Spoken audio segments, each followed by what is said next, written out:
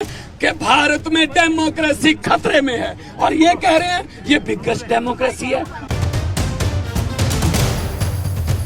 आ गए ये लोग डिक्टेटरशिप करते हैं, किसी के एमएलए खरीद लो, किसी की सरकार तोड़ दो, किसी राज्यसभा में खरीद लो, कहीं लोकसभा में खरीद लो, विधानसभा में खरीद लो।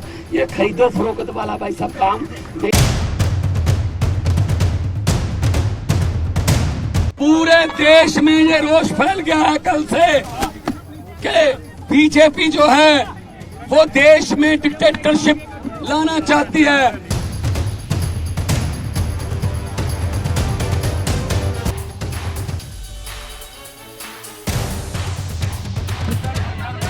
उनकी कुर्बानी के बाद 1947 में देश आजाद हुआ। 1947 में देश आजाद हुआ, हमें वोटर कार्ड मिले, हम अपने नेता खुद चुनने लगे। लेकिन आज भगत सिंह, राजगुरु सुखदेव की आत्मा तड़प रही होगी कि इस देश में डेमोक्रेसी बची नहीं है। आज भगत सिंह की आत्मा तड़प रही होगी कि इस आजादी के लिए हमने कुर्बानियां दी थी। ये आजादी है कि विपक्ष को आप प्रचार न करने दो, विपक्ष को वोटों में इलेक्शन न लड़ने दो, विपक्ष के नेताओं को सीधा उठा के जेल में फेंक दो। अगर विपक्ष जीत रहा है तो चंडीगढ़ की तरह 8 वोट कैंसिल करा के अपनी मर्जी का मेयर बनाने दो। क्या ये भगत सिंह ने सोचा था? आज के दिन इनकी बुतों के सामने खड़े इनकी आत्मा तड़पती होगी। अरविंद केजरीवाल को तो पकड़ लोगे, लेकिन उनकी सोच को गिरफ्तार कैसे करोगे?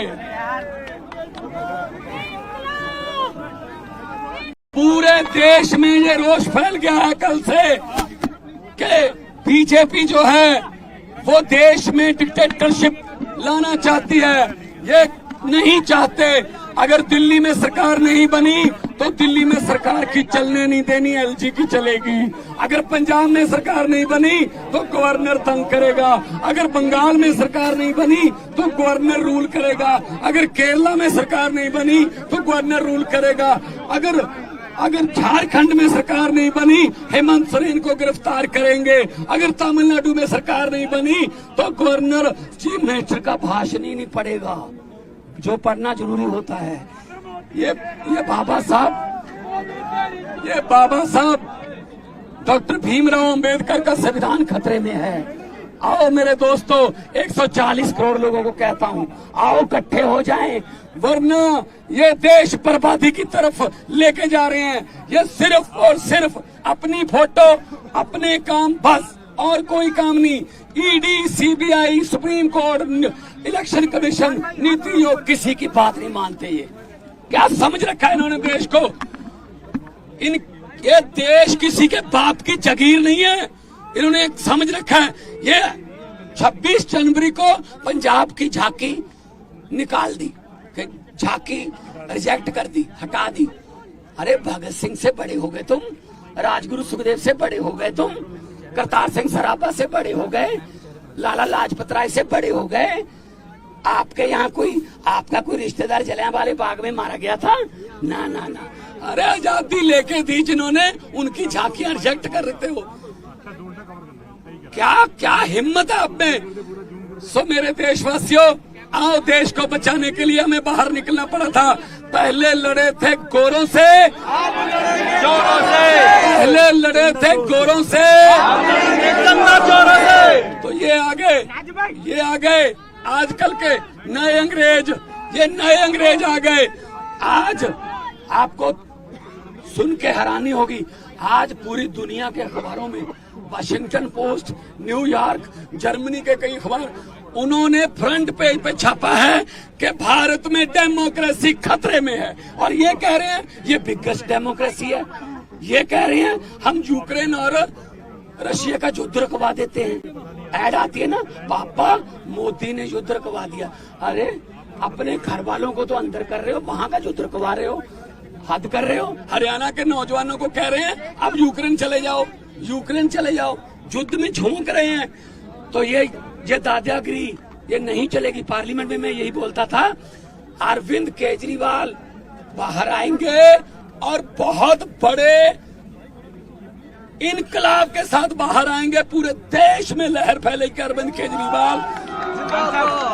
केजरीवाल एक व्यक्ति नहीं है। अरविंद केजरीवाल एक व्यक्ति नहीं है। अरविंद केजरीवाल एक सोच है। आप सोच को कैद नहीं कर सकते। सर, जब तक अरविंद केजरीवाल बाहर नहीं आते सरकार कैसे चलेगी दिल्ली की? चलेगी दिल्ली की सरकार। किस तरह से चलाएंगे? कानून के मुताबिक ही चलाएंगे। कोई कानून नहीं कहता कि अगर कोई मुख्यमंत्री को ऐसे, अरविंद केजरीवाल, कोई कानून नहीं कहता कि अगर कोई पॉलिटिकल वेंडेंटा के अधीन किसी मुख्यमंत्री को आप जेल में कर दोगे तो वो उसको इस्तीफा देना पड़ेगा। नो, वो तो अभी लेके गए हैं, वो दोषी साबित थोड़ी हुए हैं। सरकार चलेगी, सरकार कानून से चलाएंगे। हमारे मंत्री खड़े हैं, सब चलेंगे। लोकसभा चुनाव कैंपेन सर आप दोनों साथ दिखते थे कैंपेन में, कैंपेन आप दोनों साथ दिखते थे, अब कैसे अकेले सर? करेंगे, प्रचार करेंगे सारे। देखो, अरविंद केजरीवाल एक सोच का नाम है, तो जो भी प्रचार करेगा वो अरविंद केजरीवाल की सोच का ही करेगा। तो मैं साथ दिखता था, इसका मतलब ये नहीं कि मैं अकेला साथ था। करोड़ों लाखों और भी केजरीवाल है देश में। हर उम्मीदवार केजरीवाल होगा, हर वॉलंटियर केजरीवाल होगा।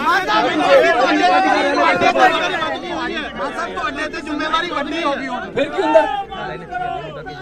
रब मेरी औखे कम्मा ते ड्यूटी ला दिंदा है, पर शायद रब नूं पता है कि मैं औखे कम कर लेना। करांगे। सुनील जाखड़ ਅੱਜ ਈਸੀ ਜਾ ਰਹੇ ਨੇ, ਕਹਿੰਦੇ ਕਿ ਪੰਜਾਬ ਦੇ ਵਿੱਚ ਪੰਜਾਬ ਦੇ ਵੀ ਐਸਾ ਹੋਇਆ ਹੈ। ਐਕਸਾਈਜ਼ ਪਾਲਿਸੀ ਪੰਜਾਬ ਚ ਲਾਗੂ ਹੋਈ ਤੇ ਉਹਦੀ ਵੀ ਜਾਂਚ ਕਰਾਵਾਂਗੇ। ਕੌਣ ਹੈ? ਸੁਨੀਲ ਜਾਖੜ ਈਸੀ ਜਾ ਰਹੇ ਉਹ ਨੇ, ਜਿਹੜੇ ਪਿੱਛੇ ਜੇ ਕਹਿੰਦੇ ਸੀ ਕਿ ਕੇਜਰੀਵਾਲ ਤੇ ਭਗਵੰਤ ਮਾਨ ਨੇ ਫੋਟੋਆਂ ਲਾ ਲਈਆਂ ਸੀ ਚਾਕੀਆਂ ਤੇ, ਜਿਹੜੇ ਬਾਅਦ ਚ ਮੁੱਕਰਨਾ ਪੈ ਗਿਆ ਸੀ ਨਾ। ਛੱਡੋ ਪਰੇ, ਕਿਹੜੀ ਪਾਰਟੀ ਨੇ ਅੱਜ ਕੱਲ?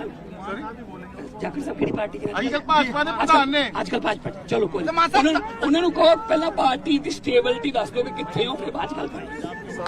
ਤਕੜੇ ਹੋ ਕੇ ਲੜਾਈ ਇੱਥੋਂ ਪਾਰਟੀ ਦੇ ਆਫਿਸ ਵੱਲ ਨੂੰ ਜਾਵਾਂਗੇ, पार्टी के ऑफिस वालों जाएंगे। अब यहाँ से पार्टी के ऑफिस की तरफ मार्च करेंगे। शहीद आजम भगत सिंह, राजगुरु सुखदेव को श्रद्धांजलि देके हम उनको याद करेंगे और उनकी सोच को बचाने के लिए। भगत सिंह की सोच ये थी कि मुझे कोई शक नहीं कि आजादी मिलेगी या ना, आजादी तो मिलेगी, लेकिन मुझे डर इस बात का है कि आजादी के बाद देश कौन से हाथों में जाएगा। और आज ये डर पूरा सही साबित हो गया भगत सिंह का। ये लोग आ गए, ये लोग डिक्टेटरशिप करते हैं। किसी के एमएलए खरीद लो, किसी की सरकार तोड़ दो, कहीं राज्यसभा में खरीद लो, कहीं लोकसभा में खरीद लो, विधानसभा में खरीद लो। ये खरीदो फरोख्त वाला भाई सब काम देश में बंद होना चाहिए। लोकतंत्र को बचाना है। कौम को कबीलों में मत बांटिए, लंबे सफर को मीलों में मत बांटिए। एक बहता दरिया है मेरा भारत देश, इसको नदियों और झीलों में मत बांटिए। और एक अरविंद केजरीवाल जी के लिए बोल रहा हूँ 4 लाइनें कि हुकूमत वो करते हैं जिनका दिलों पर राज होता है। हुकूमत वो करते हैं जिनका दिलों पर राज होता है। यूं कहने को तो मुर्गे के सर पे भी ताज होता है।